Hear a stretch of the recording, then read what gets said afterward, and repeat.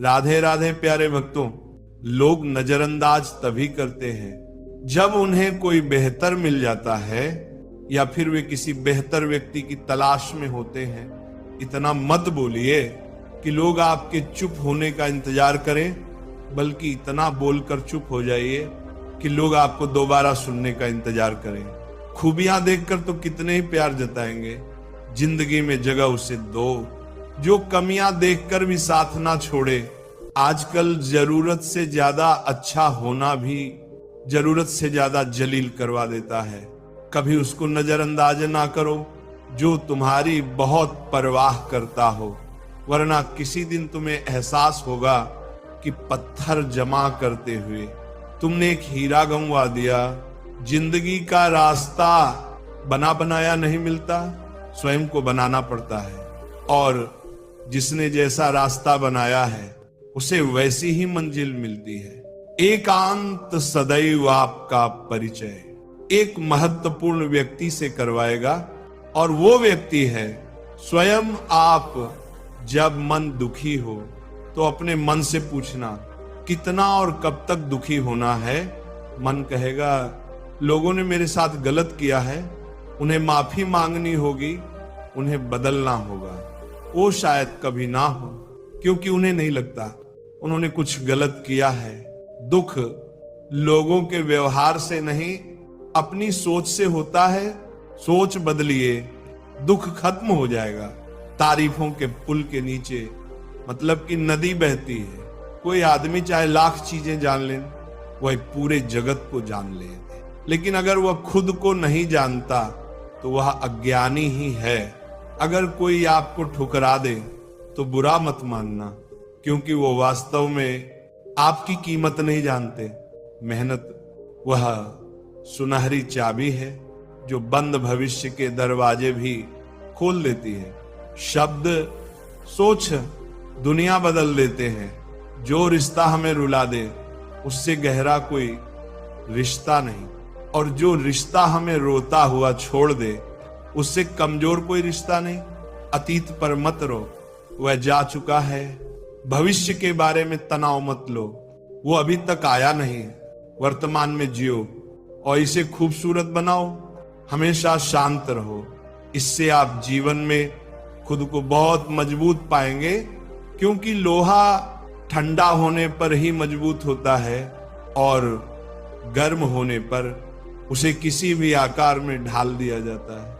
किसी विपत्ति के समय आपको ये 7 गुण बचाएंगे: आपका ज्ञान, आपकी विनम्रता, आपकी बुद्धि, आपके भीतर का साहस, आपके अच्छे कर्म, सच बोलने की आदत और ईश्वर में विश्वास। आत्मा हमेशा जानती है कि सही क्या है और गलत क्या है, लेकिन मनुष्य के सामने चुनौती तो मन को समझने की होती है। मुश्किल समय में व्यक्ति अकेला हो जाता है, लेकिन मुश्किलों की वजह से व्यक्ति मजबूत बन पाता है। जो आपको सम्मान दे उसको सम्मान दीजिए। हैसियत देखकर सर झुकाना कायरता का लक्षण है। हम सारा जीवन धन कमाने के लिए मेहनत करते हैं। धन हमें सामान देता है, हमें आराम देता है। अगर सामान के साथ सम्मान भी कमाना है, खुशी, सेहत और प्यार, रिश्ते भी बनाने हैं, तो धन से ज्यादा दुआएं कमानी होंगी। All-in-one DMAT with multiple benefits. Open your free DMAT account now. Investment in securities market are subject to market risk. Read all the related documents carefully before investing.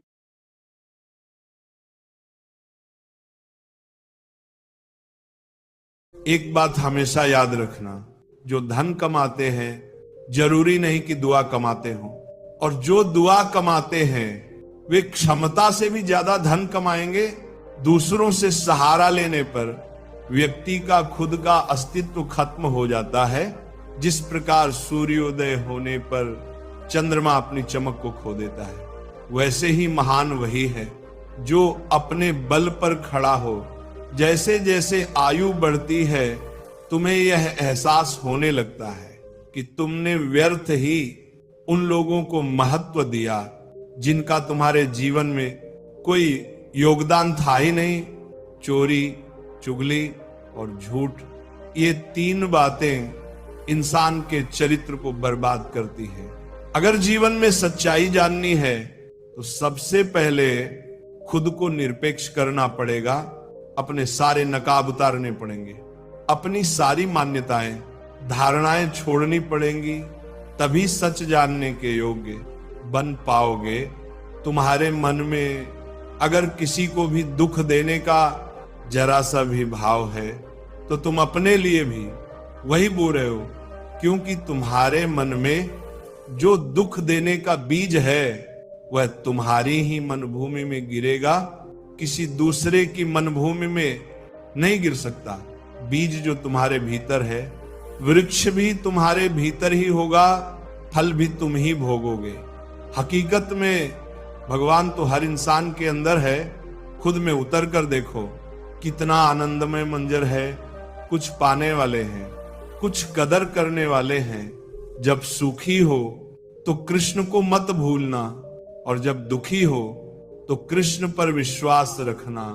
किसी की फितरत देखनी हो तो उसे आजादी दो, किसी की सोच परखनी हो तो उस पर विश्वास करो। अगर आप दुख पर ध्यान देंगे तो हमेशा दुखी रहेंगे, और सुख पर ध्यान देंगे तो हमेशा सुखी रहेंगे। आप जिस पर ध्यान देंगे वो चीज सक्रिय हो जाएगी, आपके जीवन में तुरंत प्रवेश करना शुरू कर देगी। यही कुदरत का नियम है। अर्जुन ने केवल एक निर्णय लिया कि मुझे केवल कृष्ण चाहिए, बाकी सारे निर्णय कृष्ण करेंगे। नहीं कर दिए, आप भी केवल एक निर्णय करिए, और वो चाहे जो भी हो, कृष्ण को ही चुनना, और फिर सारे निर्णय कृष्ण पर छोड़ दीजिए। किसी को कुछ कहने से पहले एक बार ये जरूर सोच लेना कि अगर वही बात इस वक्त कोई आपसे कहे तो आपको कैसा महसूस होगा। दुनिया बस अपने स्वार्थ की मीत है, बस उतना याद रखती है जितना उसका स्वार्थ चाहता है। ज्यादा होशियार तो हमेशा उलझाए रखता है। हवा में सुनी सुनाई बातों पर यकीन मत करो, क्योंकि कम के अच्छे लोग अक्सर अच्छे दोस्त को देते हैं भरोसा। अगर भरोसा भगवान पर है तो जो लिखा है तकदीर में वही पाओगे। अगर भरोसा खुद पर है तो भगवान वही लिखेगा जो आप चाहोगे। कोई अगर आपके अच्छे कर्मों पर संदेह करे तो कोई बात नहीं, क्योंकि संदेह सदा सोने की शुद्धता पर किया जाता है, कोयले की काली पर नहीं। मन की शांति जीवन की सबसे बड़ी कमाई है।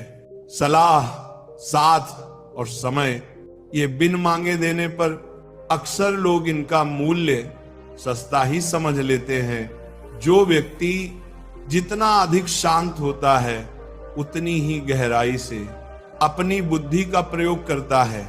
पतझड़ हुए बिना पेड़ों पर नए पत्ते नहीं आते। कठिनाई और संघर्ष सहे बिना अच्छे दिन नहीं आते। जो व्यक्ति थोड़े में ही खुश रहता है, सबसे अधिक खुशी उसी के पास होती है। कुछ लोग अपनी अकड़ की वजह से कीमती रिश्ते खो देते हैं। जब तक तुम डरते रहोगे तुम्हारे जिंदगी के फैसले लोग ही लेते रहेंगे। उनके वफादार और कर्जदार रहिए जो आपके लिए अपना वक्त देते हैं। घमंड ना करना, जिंदगी में तकदीर बदलती रहती है, आईना वही रहता है, तस्वीर बदलती रहती है। शांति प्रिय लोग आनंद में जीवन बिताते हैं, उन पर हार या जीत का कोई प्रभाव नहीं पड़ता। श्री कृष्ण कहते हैं स्वर्ग का सपना छोड़ दो, नरक से डरना छोड़ दो। कौन जानता है क्या पाप क्या पुण्य किसी का दिल ना दुखे। अपने स्वार्थ के लिए बाकी सब कुदरत पर छोड़ दो। ना पैसा बढ़ा ना पद बढ़ा, मुसीबत में जो साथ खड़ा वही सबसे बड़ा। अगर लोग जरूरत पड़ने पर ही आपको याद करते हैं तो उन्हें मतलबी मत समझिए, क्योंकि आप उनकी जिंदगी की वह रोशनी है जो सिर्फ उन्हें अंधेरे में ही दिखाई देती है। इत्तेफाक कुछ नहीं होता इस दुनिया में। सबको पता है कि वो अगले के साथ क्या कर रहे हैं। उन्हें हर बात की पूरी खबर होती है कि वह दूसरे के साथ अच्छा कर रहे हैं या बुरा। हर करीबी इंसान को अपने राज मत बताओ, क्योंकि जो आज आपके साथ हैं वे कल आपके खिलाफ भी हो सकते हैं। पेड़ की शाखा पर बैठा पक्षी इसीलिए नहीं डरता कि डाल हिल रही है, क्योंकि पक्षी डाल पर नहीं अपने पंखों पर भरोसा करता है। दुनिया के सबसे ज्यादा सपने एक ही बात नहीं तोड़े हैं कि लोग क्या कहेंगे। दुख में स्वयं की उंगली आंसू पोंछती है और सुख में 10 उंगलियां ताली बजाती हैं। जब स्वयं का शरीर ही ऐसा करता है तो दुनिया से क्या शिकवा, क्या गिला करना। एक बात सदा याद रखना, सुख में सब मिलते हैं लेकिन दुख में सिर्फ भगवान मिलते हैं। मेहनत कर रहे हो और परिणाम नहीं मिल रहा, याद रखो जिस दिन वो देने पर आएगा उस दिन संभल नहीं पाओगे। अभी आपकी कुछ प्रतिशत मेहनत बाकी है, उसे जारी रखो ईश्वर के लिए। खर्च की गई कोई भी चीज बेकार नहीं जाती, चाहे वह समय हो, पैसा हो, सांसें हो या फिर संकल्प। कोई हमारा बुरा करे ये उसका कर्म है, लेकिन हम किसी का बुरा ना करें ये हमारा धर्म है। सुख के लालच से ही नए दुखों का जन्म होता है। लोग कहते हैं अपनों के आगे झुक जाना चाहिए, लेकिन सच बात यह है जो लोग अपने होते हैं वे आपको कभी झुकने ही नहीं देते। काम बड़ा कीजिए मगर बढ़ता हुआ वैसा कीजिए कि मैंने कुछ किया ही नहीं, क्योंकि यही होती है महान व्यक्ति की पहचान। जब भी अकेले हो, जब हिम्मत हार जाओ, जब रास्ता न मिले, तब आप अपने मन के अंदर देखो और कहो मैं हूं ना, कल से करेंगे। यही वो वाक्य है जो पूरे जीवन मनुष्य को कामयाबी तक पहुंचने नहीं देता। किसी की अच्छाई का इतना भी फायदा मत उठाओ कि वह बुरा बनने को मजबूर हो जाए। याद रखना, बुरा वही बनता है जो अच्छा बनकर थक चुका होता है, चाहे कितना भी बुरा क्यों न हो हमारे साथ। पर यकीन रखना, इसमें ईश्वर ने कुछ अच्छा ही सोचा होगा तुम्हारे लिए। सरल स्वभाव वाले व्यक्ति को कमजोर समझने की भूल कभी मत करना। सरलता उसका संस्कार है, कमजोरी नहीं। श्री कृष्ण कहते हैं क्यों तेरा मेरा करते हो, एक दिन सब चला जाएगा, जो भी कमाया है यहीं रह जाएगा। कर लो कुछ अच्छे कर्म, साथ वही तेरे जाएगा। रोने से तो आंसू भी पराये हो जाते हैं, लेकिन मुस्कुराने से पराये भी अपने हो जाते हैं। मुझे वो रिश्ते पसंद हैं जिनमें मैं नहीं हम हो। जीवन में जब भी हम खराब दौर से गुजरते हैं तब मन में यह विचार जरूर आता है कि परमात्मा मेरी परेशानी क्यों नहीं देखते, मेरे दुख कम क्यों नहीं करते। पर याद रखना, जब परीक्षा चल रही होती है तब शिक्षक मौन रहते। इंसानियत दिल में होती है, हैसियत में नहीं। ऊपर वाला कर्म देखता है, वसीयत नहीं। प्यार बहुत खूबसूरत एहसास है। कोशिश करना प्यार अच्छी सूरत से नहीं, एक दिल से हो, फिर आपको समझ आएगा कि जिंदगी में बस प्यार हो तो बाकी चीज कम भी हो तो कोई खास दिक्कत नहीं होती। लेकिन गलत इंसान से अगर आप प्यार कर बैठेंगे तो हर चीज होने के बावजूद आपका दम घुट रहा होगा। आप प्यार करके भी खुश नहीं रहोगे, फिर भी एक उम्मीद लगाए रहोगे कि शायद एक दिन सब कुछ ठीक हो जाए। प्यार कभी गलत नहीं होता।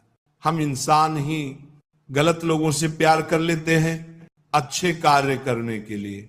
हर वक्त अच्छा समय होता है, कार्य को कल पर डालना, ये अच्छे समय का इंतजार करना केवल एक धोखा है जो हम खुद को देते हैं। किसी को डर है कि ईश्वर देख रहा है और किसी को भरोसा है कि ईश्वर देख रहा है।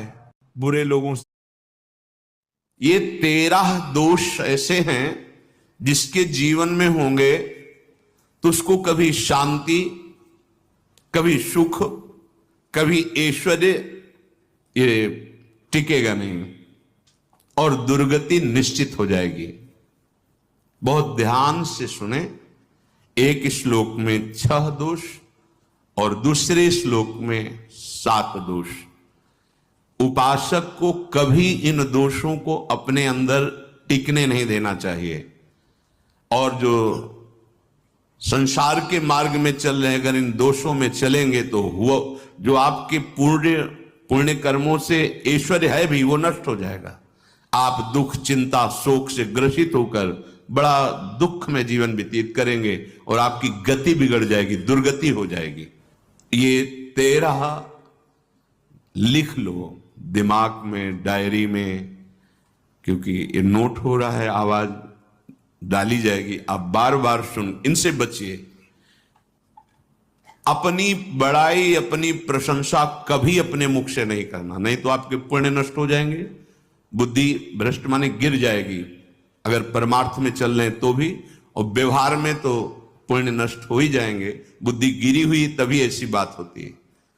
और ये दोष बहुतायत है, ये बहुत प्रभावशाली है। अपनी बड़ाई मारना, इसको देख लो, पकड़ो, सत्संग है। अपने मुख से कभी अपनी बड़ाई ना करना। अगर कोई अपने मुख से अपनी बड़ाई करता है तो उसके सुकृत नष्ट हो जाते हैं, बुद्धि भ्रष्ट माने गिर जाती, पतित हो जाती है, फिर निर्णय ठीक नहीं। अगर हमारा सारथी, हमारा ड्राइवर मूढ़ हो तो कहीं भी हमको गिरा देगा, तो वो बुद्धि भ्रष्ट मतलब गिर जाती है, निर्णय करने लायक नहीं रहती। अपनी प्रशंसा अपने मुख से करना। दूसरा, लोलुपता, ये वृत्ति नहीं होनी चाहिए। धर्म से चलेंगे, धर्म के द्वारा जो हमें प्राप्त होगा उसी से हम अपना भरण पोषण करेंगे। आपके बच्चे स्वस्थ होंगे, बुद्धिमान होंगे, परिवार में बहुत सुख और शांति होगी, भले दीपक की तरह जलो, बहुत काल तक रहेगी। लक्ष्मी जी भी आपके घर में बहुत काल, हम ये नहीं कहते कि बहुत नहीं, जितनी है बहुत सुख शांति से चलोगे। अगर लोलुपता करोगे, हिंसा, छल कपट, व्यभिचार, चोरी, ऐसे धन आ जाए, वो आएगा, लेकिन वो हाइलोजन की तरह आएगा, एकदम प्रकाश और फ्यूज, बिल्कुल अंधकार करके जाएगा। देख लेना, तुम्हारे जो सुख के हेतु हैं, तुम्हारा शरीर, तुम्हारे बच्चे, तुम्हारी पत्नी, तुम्हारा परिवार, उसको देख के तुम रात दिन जलोगे बिना आग के। ऐसे उनके आचरण होंगे, ऐसे उनके अंग होंगे, ऐसे उनके दिमाग होंगे, ऐसा उनका व्यवहार होगा। ये लोलुपता अगर उपासक में या किसी में है तो उसको नष्ट कर देती है। सावधान। तीसरा, यदि आपका अपमान होता है तो आपको उसे सहन करना होगा, उससे आपके पाप नष्ट हो जाएंगे। जो तनिक सा भी अपमान होने पर बहुत क्रोध करके दूसरे का अपकार करने लगता है, ये आपका पतन करा देगा, ये आपको फंसा देगा, हृदय जलेगा, अर्थव्यवस्था नष्ट होगी, पूरा परिवार दुखी होगा। जरा सा अपमान की संभावना में आप किसी से भी भिड़ गए, किसी से भी, वो ये प्रवृत्ति आपका पतन कर देगी। और अगर आप सह गए तो आपका सहना उसके लिए आग बन जाएगा। उमा क्षमा साप होते भारी, तुम्हें दंड देने की जरूरत नहीं, उसका एक कर्म ही उसे दंड दे देगा। आप शांत हो जाइए, आप सत्संगी हैं, आप शांत रहिए। चौथा, निरंतर क्रोध और उसका चिंतन। बैठे बैठे बस द्वेषियों का चिंतन ही हो रहा है, अंदर क्रोध का चिंतन और द्वेषियों का चिंतन ही हो रहा है। द्वेष भरी बातें, द्वेष भरे क्रियाएं, उन्हीं का चिंतन करके जलते रहना क्रोध से। उपासक को तो क्रोध करना ही नहीं चाहिए, बहुत शांत। ठीक है, अभ्यास में कभी क्रोध हो सकता है, उसको फिर समन करो, अंदर से प्रायश्चित जैसा कि अब गलती हुई, आगे नहीं करेंगे। और व्यवहार में भी क्रोध को आप पीना सीखें। अगर बार बार आपका क्रोध प्रकट होता ही रहेगा, आपका स्वभाव बिगड़ जाएगा, आपके पुण्य नष्ट हो जाएंगे और आपका जीवन नष्ट हो जाएगा। देने वाला उतना दे देगा आपको आनंदित रहो, पैसा खर्चा सब पूरे जीवन का विध्वंस मचा दिया क्रोध ने। कहीं भी आप देखो, किसी से क्रोध करके देखो, फिर देखो तुम्हारा भजन चल रहा है, तुम्हारी वो आनंद वृत्ति है नहीं, जलोगे और वो जलन और गुस्सा दिलाएगी और वो बैठे बैठे जलोगे नहीं। ये क्रोध जो है, ये चाहे व्यवहार में हो चाहे परमार्थ में, दोनों की हानि करने वाला है। और आश्रित जनों की रक्षा ना करना। अगर कोई भाग कर आपके पास आ गया है, कोई पशु पक्षी या कोई मनुष्य, आपको चाहिए कि अब चाहे हमारे पहले प्राण जाएं, उसकी रक्षा करेंगे। सीवी जैसे तो कोई बिरले ही होते हैं, पर इतना जरूर ध्यान रहे, जैसे कोई पशु पक्षी किसी भय से आपके सीमा के अंतर्गत आ गया है, अब उसकी रक्षा करनी है आपको। अगर आप स्वयं मार देते हैं या मरवा देते हैं, या आपके सुकृत नष्ट कर देगा, या आपकी दुर्गति का कारण बन जाएगा। और जो पाप कर्म उत्साहित होकर करते हैं, उपासक को तो बहुत सावधान रहना चाहिए, पर व्यवहार में भी जो नहीं करना चाहिए, अगर वो पाप कर्म आपके द्वारा मन में प्रेरित हो रहे हैं, संकल्प बन रहा है, क्रियाएं हो रही, दुर्गति पक्की, पुण्य नष्ट हो जाएंगे, दुख अशांति बढ़ती चली जाएगी, कभी शांति नहीं प्राप्त कर पाएंगे। ऐसा नहीं कि जो मन में आवे सो करें। पापाचरण निडर और उत्साहित होकर करना, अगर ऐसे लक्षण है, निश्चित दुर्गति होती है। ये 6, अपनी बहुत बड़ाई करने वाला अपने मुख से, लोलुपता, तनिक से अपमान में सहन ना करने वाला, निरंतर क्रोधी और आश्रित जनों की रक्षा न करने वाला, और निडर हर्षित होकर पाप कर्म करने वाला। दूसरे श्लोक में 7 है, 6 7। 1, संभोग का ही चिंतन करना, संभोग में ही मन लगाना, संभोग दूसरी स्त्रियों के साथ करने की भावना रखना, जीव नष्ट हो जाता है। ठीक है, धर्मयुक्त काम भगवान ने आदेश किया है, आपका पाणिग्रहण संस्कार हो गया है, संतानोत्पत्ति की भावना से कुछ पवित्र तिथियों का त्याग करते हुए चर्चा में हुई है। एक नियम है, एक आदेश है शास्त्र का। आप बहुत काम प्रवृत्ति वाले हैं तो प्रत्येक मास में जब माता बहनें पवित्र हो जाती मासिक धर्म से, तो जिनका पाणिग्रहण आपने किया, जो पत्नी स्वरूप है, वो ठीक है। वहां भी बार बार के लिए व्यभिचार प्रवृत्ति के लिए शास्त्र आदेश नहीं करता, संयम पूर्वक, और उसका चिंतन नहीं करना। पाणिग्रहण संस्कार है, घर में विराजमान है, एक संयम एक नियम के अनुसार उसका चिंतन तो फिर भ्रष्ट कर देगा। चिंतन प्रभु का करना है, चिंतन प्रभु की सेवा जो आपके कर्तव्य, इसके चिंतन से बचो। घातक है, बहुत बड़ा जहर है, अगर विषय चिंतन होने लगा तो मरोगे, जिंदा जलोगे, दुर्गति भी होगी। ये अंदर की जो आग है ना, कामाग्नि, ये इतनी बढ़ती चली जाएगी, तुम्हारे होश खराब हो जाएंगे कि मुझे क्या करना चाहिए क्या नहीं करना चाहिए। कोवा मदांधो मदना तुरोवा, अंधा हो जाएगा, नहीं दिखाई देगा अनुजा तनुजा क्या है कौन है, कुछ नहीं, भ्रष्ट बुद्धि। संभोग का चिंतन नहीं। धर्मयुक्त काम आदेश है शास्त्र में। यदि आप प्रवृत्ति मार्ग में हैं तो अपनी पत्नी को जो पाणिग्रहण स्वीकार किया है, वहां भी पवित्र तिथियों का त्याग करते हुए, एकादशी है, रामनवमी है, नवदुर्गा है, जन्माष्टमी है, राधाष्टमी, जो पवित्र तिथियों का त्याग करते हुए, और ऐसे जो मर्यादाएं हैं उसके अनुसार, और कहीं पराई स्त्री के साथ संभोग की बात, निश्चित दुर्गति पक्की है। ऐसे ही माताओं के लिए है, स्त्री शरीर के लिए है। यदि वो ऐसी गलत चेष्टा, तो पतिवंचक परपति रति करही, रौ नरक कल्प सत परही। ये भोग चिंतन से बचने की चेष्टा कीजिए तो क्रिया से अपने आप बच जाएंगे। विषमता रखने वाला,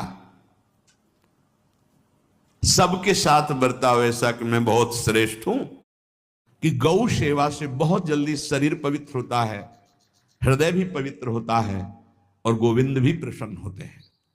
यदि गाय घर में पाली जाए या गौशाला खोली जाए और गौओं की सेवा की जाए, जिनके पास अर्थ है, भाव है, भगवान स्वयं श्री कृष्णचंद्र जी ने गौ सेवा स्वीकार की, गौ में चराई। गौओं की परिक्रमा करने से, जैसे आप प्रभु के बिहारी जी के मंदिर की 4 परिक्रमा करें तो जो फल आपको मिलेगा वही गाय की 4 परिक्रमा कर ले तो आपको प्राप्त हो जाएगा। गौ की प्रदक्षिणा से, गावः प्रदक्षिणी कार्यावंदनीया ही नित्यशः, जो रोज गाय को प्रणाम करता है और गाय की प्रदक्षिणा करता है तो भगवत प्रदक्षिणा का उसे फल प्राप्त होता है। यदि घर में गाय बंधी है और भूखी है और प्यासी है तो तुम्हारे सारे पुण्य नष्ट हो जाएंगे। गाय के गोबर से जहां लेपा जाता है वहां जिस देवता का आवाहन करोगे वही देवता आकर विराजमान हो जाएगा। गौएं जहां विराजमान रहती, गौशाला में भजन करे तो कई गुना बढ़कर के प्राप्त होता है। जहां गौएं विराजमान होती हैं वो बड़ा पवित्र दिव्य तीर्थ स्थल माना जाता है। अपवित्र भूमि में भी यदि गाय के गोबर का लेप कर दिया जाए तो परम पवित्र मानी जाती है। गाय बहुत पवित्र, जहां वो बैठती है, जहां वो मूत्र त्याग करती, गोबर त्याग करती, वो स्थान तीर्थ तुल्य पवित्र माना जाता है। कितना भी बड़ा पापी हो, अगर पंचगव्य पिलाया जाए तो वो वैदिक मंत्रों को स्वीकार करने लायक हो जाता है, पवित्र हो जाता है। पंचगव्य में 5 चीजें गाय की होती है: गाय का मूत्र, गाय का गोबर, गाय का दूध, गाय का दही और गाय का घी। ये 5 मिलाकर पंचगव्य पिलाया गया था। पहली बार जब वैदिक मंत्र दिया गया था तो पंचगव्य बनवाया था गुरुदेव भगवान ने संन्यास, और वो पिलाया था। ये पंचगव्य पिलाने से अपवित्रता का नाश होकर पवित्रता का संचार होता है। इसलिए धन्य है उनका जीवन जो गौ सेवा परायण है भगवत भाव से। गाय में साक्षात भगवान का भाव रखकर गौ सेवा करते हैं। गाय बंदी हो घर में, वो प्यासी है और भूखी है, तुम्हारे सुकृत नष्ट हो जाएंगे। तृषिता गौर गृहे बद्धा, क्योंकि तुम्हारे पास है, सेवा करना चाहिए। यो वै गाम प्रतिसिद्धेन तो चरंतिम च स्वतरणम नरहा तस्य पूर्वे च पितरः कंपन्ते पतनोन्मुखा। यदि गाय हरी हरी घास चर रही कहीं और तुमने डंडा ऊपर प्रहार किया, लाठी मारी, तो तुम्हारे पितर खोपड़ी के बल नरक जाने के लिए तैयार हो गए। ये लिखा है कि जो प्रतिदिन अग्रग्रासे परोभावा कर्तव्यो भक्ति तोन्वहम अकृत्वा स्वयं आहारम कुर्वम नापनोति दुर्गतिम। जे ही तुम्हारे गृहस्थ में, घरों में पहले होता था, अब तो भगवान जाने, जे ही पहली रोटी तवा में गई तो वो निकाल करके पक्की रखी जाती थी गौग्रास के लिए, पहला रसोई में। तो इसमें लिखा प्रतिदिन स्वभोजनम, पहले स्वयं भोजन न करके गाय के लिए ग्रास निकालना चाहिए। जहां गौ को माता की पदवी दी गई, जहां गौ को हम आराध्य देव के रूप में मानते हैं, आराधना करते हैं, गौ रक्षा, गौ सेवा, ये बहुत बड़ा इसमें छुपा हुआ है। स्वयं भगवान अवतरित होकर गौरव, जब गाय के रूप में पृथ्वी रमाती तो भगवान का अवतार हुआ है। बड़ा विचित्र समय आता चला जा रहा है कि अब आधुनिक यंत्रों की ऐसी सेवाएं हो गई बड़ी बड़ी कि अब ना बैल की जरूरत है, और ऐसे दूध की महंगाई बन गई कि अब देसी गाय 2 लीटर 3 लीटर 4 लीटर, और ऐसी ऐसी कि 20-20 25-25 लीटर दे तो कौन देसी गाय को। तो गौओं का सेवा का भावना शास्त्र आज्ञा करता है। जो प्रतिदिन गौग्रास निकालता है, अर्पित करता है, तो उसको अग्निहोत्र करने का फल मिलता है, उसके पितरों को तृप्ति मिलती है और समस्त देवताओं के पूजन का फल मिल जाता है जो गौग्रास निकाल। जिनके पास अर्थव्यवस्था, जो गृहस्थ धर्म में है या जिनके पास अर्थ है, कुछ रोज 1 रुपया निकालो। हम कह रहे रोज निकालो तो महीने में 30 रुपया होते। 30 रुपया में एक गाय को हरी घास तो एक टाइम पवा ही सकते हो ना, बहुत नहीं है तो 1-1 रुपया निकाल के अगर एक गाय को चारा दोगे तो एक बार का भोजन तो हो ही सकता है। 30 रुपया में हरी घास जाकर के उसके दवा एक बार तो पवा दोगे ना। अग्रग्रासे परोभावा कर्तव्य भक्तितोन, हम भक्ति पूर्वक गाय को 1 ग्रास भोजन में 1 रोटी तो निकालना चाहिए गाय के लिए, ऐसा शास्त्र आज्ञा कहता है। जो ऐसा करता है तो अकृत्वा स्वयमाहारम कुर्वन् नाप्नोति दुर्गतिम, अपने आहार से 1 रोटी निकालकर गाय को देता है और स्वयं 3 रोटी भले पाले 1 रोटी गाय को दे दी तो बोले उसकी दुर्गति नहीं होगी, अर्थात उसके अंदर भाव बढ़ता चला जाएगा, वो भगवान की भक्ति में। जो सदैव गौ सेवा करता है, उसके डांस मच्छर हटाता है, स्नान कराता है, पीठ में हाथ फेरता है, उसके पूर्वज जो पितर होते हैं वो नाच पड़ते हैं, उनका मंगल होना शुरू हो जाता है कि हमारे वंश में गौ सेवक पैदा हुआ, बड़ा भाग्यवान है और वो गौ के द्वारा हमें तार देगा, ऐसा भाव। गौ सेवा हमारे सनातन धर्म में बहुत बड़ा स्थान गौ सेवा का। तो मूर्ख मनुष्य जैसे अब गाय दूध नहीं दे रही, मार डंडे डंडे मार रहे हैं, इंजेक्शन लगा रहे हैं, ऐसे वैसे कर रहे हैं, उसको ताड़ना दे रहे हैं। तो बोले जो मूढ़ बुद्धि मूर्ख मनुष्य यो वही ताड़ते यष्ट्याधेनुम मर्त्यो विमूढ़धि, वो गाय को लाठी से मारता है, डंडे से मारता है, हाथों से मारता है तो धर्मराजस्य नगरेशा याति करवर्जिता। धर्मराज जी पहले अपने नरक में ले जा करके उसके कहते थोड़े थोड़े तिल तिल करके पहले इसके हाथ काटो, मरना है नहीं वहां, अब आराम आराम से थोड़े थोड़े पहले हाथ वर्जिता है, इन्हीं हाथों से गाय को मारा था ना, तो ऐसे थोड़ा थोड़ा काटा जाता है उसके हाथ। गौ सेवा का धन सिर्फ गौ सेवा में ही लगना चाहिए। आप गौ सेवक है, दूध पान कीजिए, रोटी खा लीजिए, लेकिन गौ सेवा का अर्थ आप अपने वासनाओं की पूर्ति में, अपने मनोरंजन में या अपने मन के संकल्प भावना में नहीं पूरी कर सकते। गौ सेवा के लिए ही पूरी कीजिए। गौ के वास का निर्माण, गौ के भोजन की व्यवस्था, वो दूध दे ना दे, वो कैसी भी अवस्था में हो, उसकी सेवा परायणता, उसके लिए सेवक रखना, सेवकों को भी सुख प्रदान करना, लेकिन स्वयं कभी गौ के सेवा के लिए आए हुए धन का स्वयं के लिए भोग न करना और निरंतर भजन रखना, उसे परम पद की प्राप्ति हो जाएगी। जो गौ के शरीर को स्नान कराता है, गौ के शरीर को कीट आदि से, मच्छर आदि से रक्षा करता है और खूब अच्छा अच्छा पदार्थ गौ, केवल दूध के लोभ से नहीं, ये हम गौ सेवा की बात कर रहे हैं, ये कि नहीं वहां 10 लीटर दूध देती तो हाथ फेरो, जब दूध नहीं देती है तो चारा भी ठीक से नहीं दे रहे और उसके ये स्वार्थी हो, गौ सेवा का बात नहीं, वो दूध का लोभी केवल व्यापार की बात करता है। गौ सेवा का तात्पर्य है गौ सेवा केवल, खूब बछड़े को पिला दिया प्रसाद रूप से, जो दूध मिला उसका अपने सेवन की, वो बात तो अलग है। अब बछड़े को तो जरा सा केवल पिन्हाने के लिए कर दिया और खूब सारा दूध लीटर में नाप करके जा रहा है और उस समय तक तो खवाओ पियाओगे ही खूब अच्छे से, इसके बाद जब दूध देना बंद किया तो उसका आदर सत्कार खत्म, खोल के बाहर ऐसे वो प्लास्टिक खाते घूम रही है।